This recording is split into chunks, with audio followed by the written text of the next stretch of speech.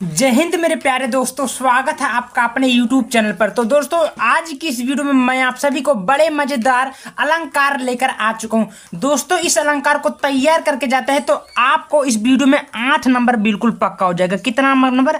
8 number पक्का हो जाएगा। कौन कौन से अलंकार है भाई? सबसे पहले आपका आता है उपमा अलंकार, उसके बाद में आपका आता है रूपक अलंकार, उसके बाद में आपका आता है उत्प्रेक्षा अलंकार, उसके बाद में आपका श्लेष अलंकार। दोस्तों, ये पूछा जाता है हर साल बोर्ड परीक्षा में, चाहे कक्षा 9 का हो, चाहे कक्षा 10 का हो, चाहे कक्षा 11 का हो, चाहे 12 का, ठीक ना। और वो पूछता है परिभाषा सहित उदाहरण सहित दीजिए। जी हाँ मेरे प्यारे दोस्तों, और आपको एकदम आसान तरीके से वो भी ट्रिक के माध्यम से समझाऊंगा। कैसे समझाऊंगा? ट्रिक के माध्यम से। आप लोग केवल इस वीडियो को पूरा देखना, 0 से अंत तक। आपको मैं गारंटी लेता हूँ जीवन भर आपको ये अलंकार भूलेगा नहीं और आप कोई भी एग्जाम आसानी से क्रैक कर सकते हैं, ठीक ना। एक बार मैं शॉर्टकट में दिखा देता हूँ। देखिए कितना आसान से आसान शब्दों में लिखा हूँ, और इसी प्रकार आपको पूरे एंड तक बताऊंगा, समझाऊंगा, ठीक ना।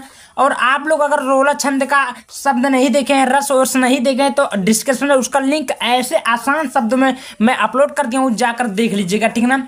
चलिए दोस्तों, इसको स्टार्ट करते हैं। उससे पहले अगर चैनल पर नए, चैनल को सब्सक्राइब कर लीजिएगा, वीडियो को एक बार लाइक कर लीजिएगा। तो चलिए, हम बता दिया हूँ उपक अलंकार परिभाषा उदाहरण सहित, सभी का परिभाषा उदाहरण सहित आपको इस वीडियो में मिलेगा, ठीक ना।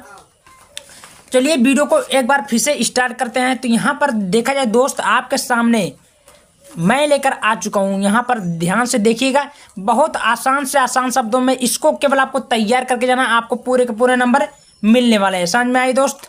चलिए, तो यहाँ पर सबसे पहले आपका आता उपमा अलंकार। भाई, उपमा अलंकार क्या होता है? परिभाषा सहित इसको कैसे लिखना है? तो लिखना है, जब किन्हीं दो वस्तुओं के गुण, क्या बोलना? जब किन्हीं दो वस्तुओं के गुण आकृति समानता, आकृति या समानता दिखाई दे और भिन्न वस्तुओं की तुलना की जाए तो उसे हम उपमा अलंकार कहते हैं। क्या कहते हैं दोस्त? यहाँ पर देख सकते हैं, इसको आपको काले पेन से करनी है,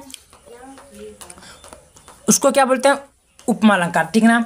अब आपको इसका एग्जाम्पल कैसे देना, उदाहरण कैसे देना, चलिए आपको वो भी बताता हूँ। तो लिखना है कि उदाहरण में कि राधा के चरण गुलाब के समान कोमल है, ठीक ना।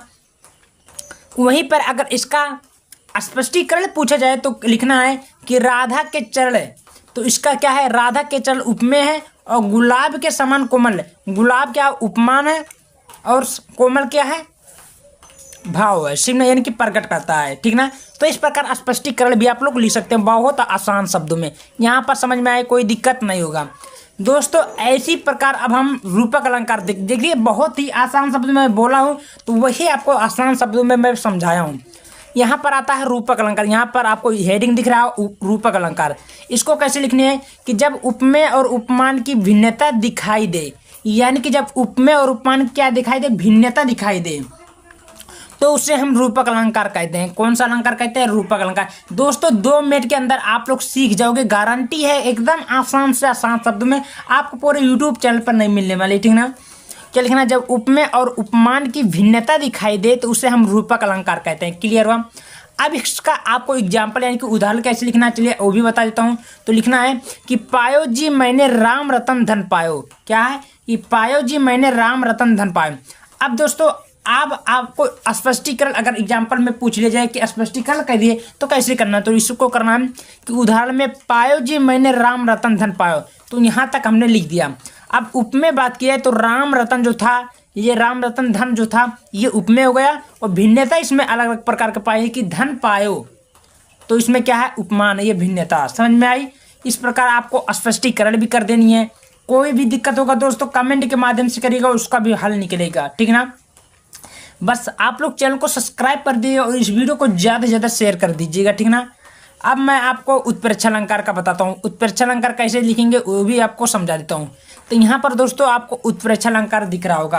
अब आपको इसको कैसे लिखना है कि जब उपमेय और उपमान, यानी कि कहा जाए कि जब उपमेय और उपमान की संभावना या कल्पना की जाती है, यानी कि एक दूसरे के प्रति अंतर्भेद किया जाता है, यानी कि उसके प्रति देखा जाता है कि वो क्या, उसके मन में क्या चल रहा है, यानी कि संभावना की जाए, महसूस किया जाए, तो वहाँ उत्प्रेक्षा अलंकार होता है। समझ में आई दोस्त? कोई दिक्कत नहीं होगा। अब आपको इसका उदाहरण कैसे देना है, तो कैसे पहचानेंगे कि ये उपमा अलंकार है, उत्प्रेक्षा अलंकार है।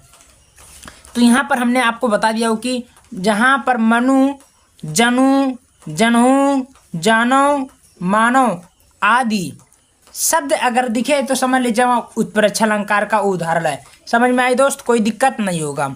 यहाँ पर समझ में आ गया आपको? चलिए बहुत बढ़िया। अब स्टूडेंट अब आपको थोड़ा एक बार उदाहरण बता देता हूँ। उदाहरण में किस प्रकार आपको लिखनी है, तो उदाहरण में लिखना है कि सोहत ओढ़े पीठ पटे श्याम सलोने गाते और मनहु नीलमणि शैल पर आता परो प्रभात। देखिए दोस्तों, ये आपका प्यारा सा उदाहरण होता है और इसी उदाहरण के माध्यम से आप लोग उत्प्रेक्षा अलंकार को एग्जाम्पल के तहत लिख सकते हैं और ज़्यादा कठिन है। देखिए 2 लाइन का आपका परिभाषा और 2 लाइन का आपका उदाहरण हुआ, 2 नंबर आपको 4 लाइन में मिल गया और कितना सरल उदाहरण है, बहुत आसान है, ठीक ना दोस्तों। मैं आपको श्लेष अलंकार का परिभाषा उदाहरण से बताता हूँ, इसको भी आप लोग तैयार करके जाना है भाई, पूरे के पूरे आपको नंबर मिल जाएंगे। कैसे तैयार करनी है चलिए आपको इस वीडियो में बताता हूँ। लिखना है, हेडिंग डालना श्लेष अलंकार, काले पेन से डालना श्लेष अलंकार। लिखना है कि जहां पर कोई एक शब्द एक ही बार आए, यानी कि जहां पर कोई शब्द एक ही बार आए पर उसके जो अर्थ हो अलग अलग प्रकार की हो। कहने का मतलब, मान लीजिए कोई शब्द एक बार आया और मान लीजिए जैसे कमल है, कमल शब्द एक ही है लेकिन उसका अर्थ जैसे है, अगर पर्यायवाची बनाया जाए दोस्त तो उसका अर्थ अलग अलग निकलता है। तो सेम उसी प्रकार बोलना चाहता है कि जहां पर कोई शब्द एक ही बार आए परंतु उसके अलग अलग अर्थ हो तो उसे हम श्लेष अलंकार कहते हैं। कौन सा अलंकार कहते हैं? श्लेष अलंकार। ज़्यादा कठिन नहीं है, एकदम आसान शब्दों में है, बस ऐसे आपको एग्जाम्पल लिखने हैं, पूरे के पूरे आपको नंबर मिलने वाले, ठीक ना। अब आपको उदाहरण कैसे लिखनी है, तो उदाहरण में आपको बता देता हूँ। यहाँ पर देखना, हेडिंग लिखना, उदाहरण लिखना है कि रहीमन पानी राखिए बिन पानी सब सून और पानी गए न उभरे मोती मानुष चून। ठीक है दोस्त, कुछ इस प्रकार आपको लिखने। देखिए मैं ज़्यादा कठिन नहीं, आसान से आसान शब्द में आपको बताने का कोशिश कर रहा हूँ और इसी प्रकार आप लोग आराम से लिखकर पूरे के पूरे नंबर ला सकते हैं। तो आप लोग कमेंट करके बताइए वीडियो कैसा लगा। वीडियो पसंद है तो वीडियो को ज़्यादा से ज़्यादा अपने दोस्तों को पास, फ्रेंडों के पास शेयर भी कर दीजिएगा। और अगर आपको रस छंद अलंकार तीनों का चाहिए तो मैं डिस्क्रिप्शन में उसका लिंक डाल दिया हूँ, जाकर देखकर आसान से आसान नंबर कर सकते हैं। ठीक है।